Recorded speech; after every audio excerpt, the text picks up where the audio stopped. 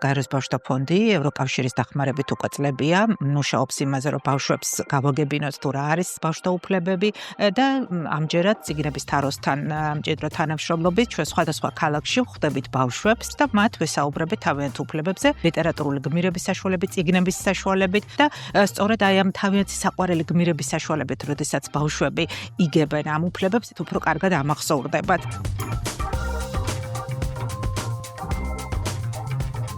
ჩვენ მიზანი არის, რომ უფრო მეტ ბავშვს შევხვდეთ და უფრო მეტ ბავშვმა გაიგოს თუ რა უფლებები აქვთ მათ და როგორ მოითხოვონ ამ უფლებების დაცვა.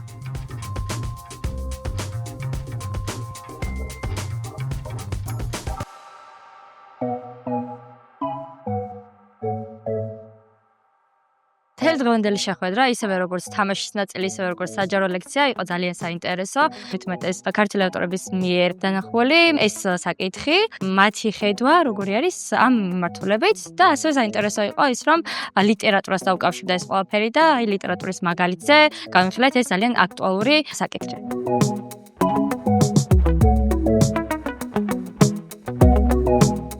ლიტერატურა როგორც მედიუმი არის ყოველთვის საინტერესო გზა იმისათვის, რომ რაღაც სათქმელი მივიტანოთ ადამიანებამდე და მათ შორის ბავშვთა უფლებების კუთხითაც ბევრად უფრო ადვილი გასაგები არის, მისაღები არის და თანაგანცდას უფრო მეტად აღზრავს ხოლმე პერსონაჟებთანაც და რეალობასთანაც უკვე მაშინ, როდესაც განვიხილავთ ლიტერატურის ჭრილში.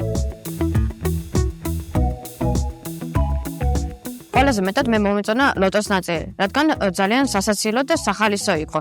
და აგრეთვე მე გავიცანე ზოგიერთი მუხლი, რომელიც აქამდე არ ვიცოდი.